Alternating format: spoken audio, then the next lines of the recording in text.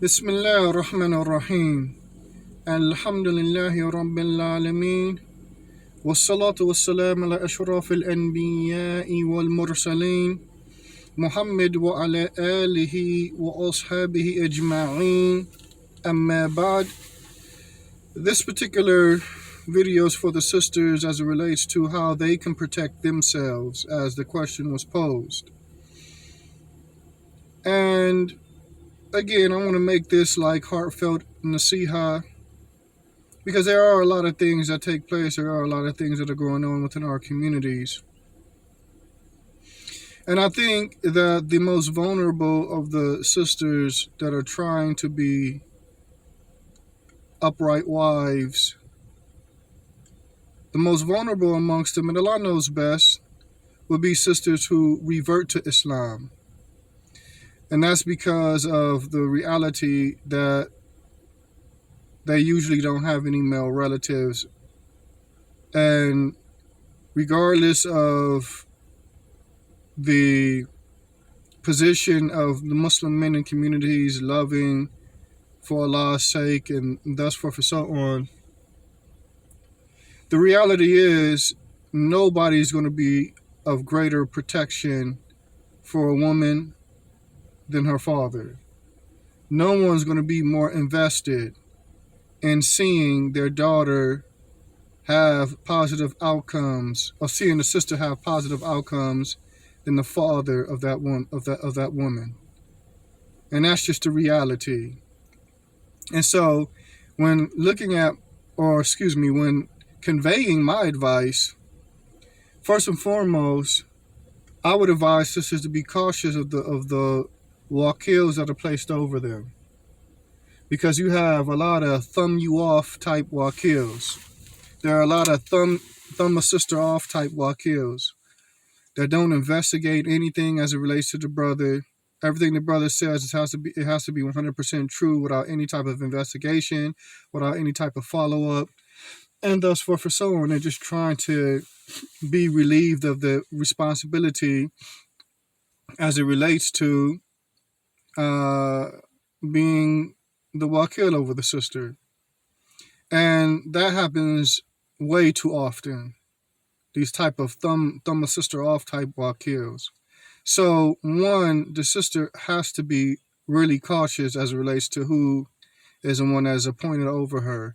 I don't necessarily recommend sisters taking it upon themselves and finding a person on their own and then saying, I need you to be my wakil. I don't advise that at all.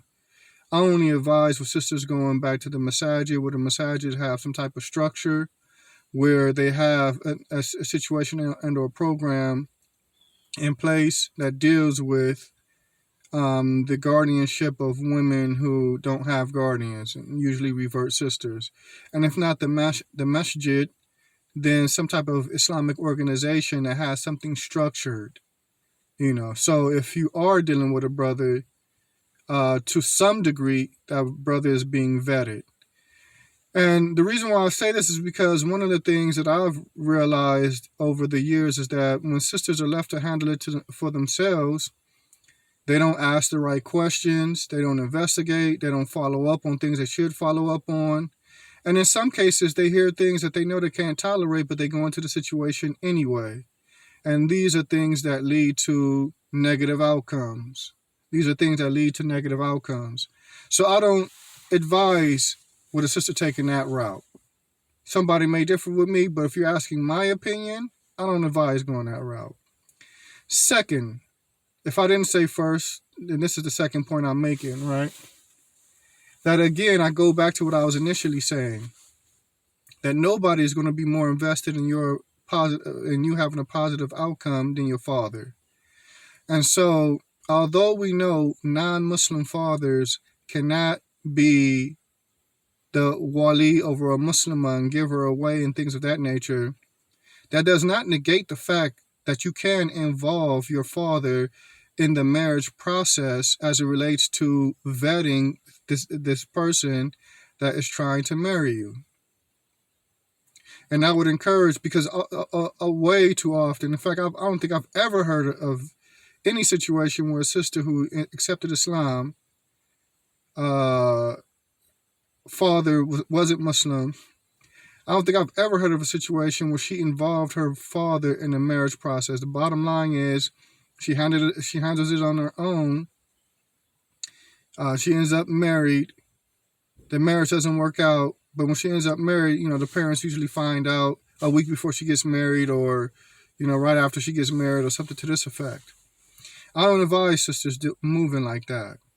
In fact, I myself, when I was trying to get married, because after I had that roller coaster of a marriage, I went years not married, right? Not months, years, right?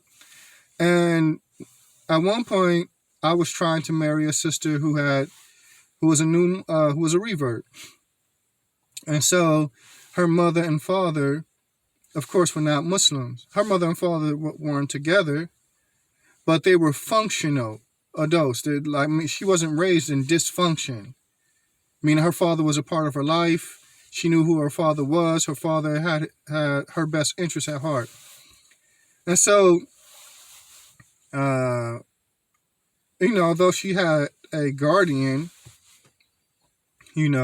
again, I always had the mentality or understanding nobody's going to be more invested into a woman than their father. And so when I was going through the sit downs, and I'm going to tell you the mentality, before I say what I say, I'm going to tell you why I have this mentality. I look at my own situation, my father, my sister. My father is not going to respect a man that attempts to marry my sister, and he finds out about a proposal or a marriage a day or two or a week or two before it happens, and he was never contacted. There's no way that my father would accept something like that. And my father's Muslim, by the way, for those that I'm Najeeb Ibn Yusuf. So it's not supposed to go down like that anyway. But the point that I'm making is, but this is why I have this mentality. So I said that to say what I was about to say about a personal experience where I was trying to get married. It was to a sister who was a new revert. She has a father. Her father was non-Muslim, of course, but she has a father who was a part of her life. So during the course of the sit-downs, okay, she has a wali. This guy's not really invested in her like her father's going to be. And from a respect perspective, I felt that this was the best move to make. I requested to meet her father. This was prior to marry her. Now, of course, me and that sister never got married. But the point that I'm making is, to me, it wouldn't have been right for her to have gotten married and her father didn't know about it until like a week before, a week or a couple of days before the marriage is supposed to take place. So I wanted to meet the father as a man trying to step through the front door, enter the house through the front door, not the side door, not the windows, and like this. And so there wouldn't be any type of issue, after the marriage. And so I would encourage sisters in reality who are new reverts, who are from functional families, regardless if the parents were separated or they're still together, that you involve your father. You involve your father to a degree. Have him meet this person that's trying to vet you for marriage. Have him meet this person and see what opinion he gives. He see what his opinion is as it relates to the person. But of course, this will be after explaining to him the Islamic process, that there's no fornicating and or adultery. There's no living with each other and shacking up with each other for years before marriage. Explain to him the Islamic process and explain to him that millions of Muslims, or on the contrary, billions of Muslims are getting married this way. And for the most part, the marriages are lasting. So you have to explain that, because sometimes these fathers or the people here are looking at things from societal norms in America. But you explain that to him, and you also explain to him that you want him to meet this man to assess him and to, give his opinion of that man, his opinion if he feels this man is suitable or not. Fathers know how to ask the right questions. Fathers are going to have a concern for you that wali is not going to have a concern for. That wakil, is not going to have the same concern for. So although the father can't literally give you away in marriage, he can be a part of the process to make sure that the outcome that you're looking for is achieved. But for the most part, I've never heard of, doesn't mean it doesn't happen, but I've never heard of new revert sisters getting their fathers involved in marriage situations when they're trying to get married to brothers. I've never heard of it. And in a lot of cases, sisters, because they're dealing with it on their own, they don't ask the right questions. That father's going to ask the right questions. Your father is going to ask the right questions, regardless if he's Muslim or not. He's going to ask the right questions. He's going to give his opinion. Listen, I've been, for fathers, they're going to probably tell you, I've been around the block long enough to see that this type of person, this type of mentality, what I fear is this. They're going to speak to you, giving you their tawjihat, their instructions or their direction, wanting truly and sincerely wanting the best for you. So don't X your fathers out of your marriage situations. That is a tremendous mistake. Regardless if those fathers be Muslim or non-Muslim, don't X them out of that situation. Get their assessment, get their opinion, get their perspective, and and I guarantee you, you probably will make a better decision after hearing your father's perspective, and Allah knows best.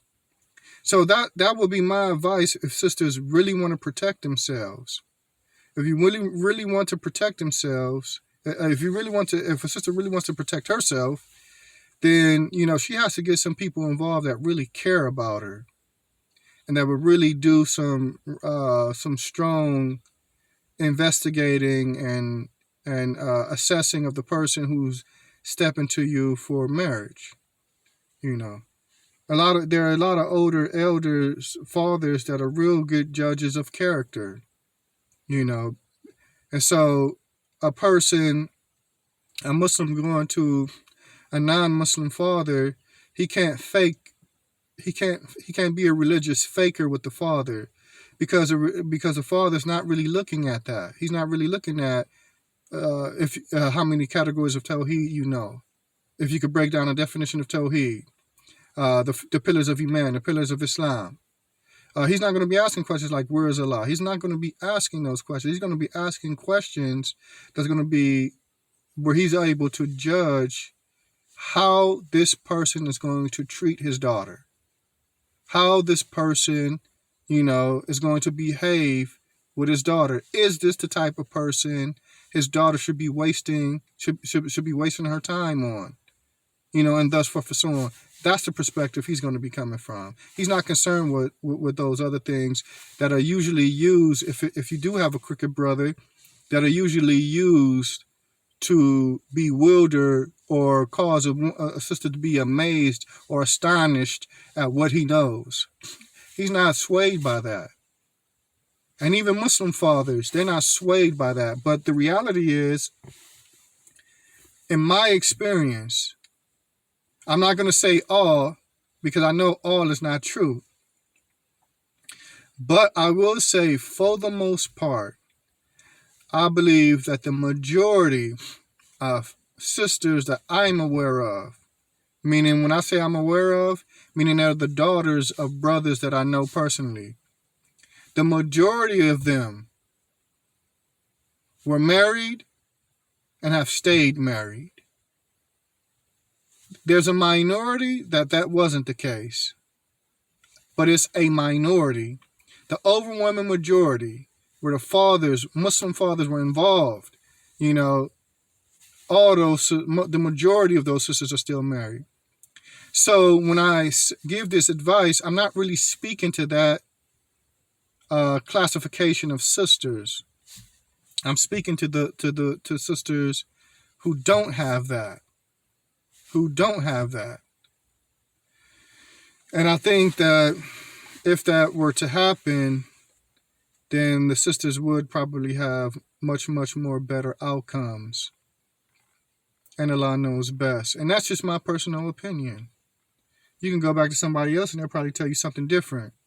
But that's my personal opinion. I was asked a question, so I'm giving my opinion on the matter.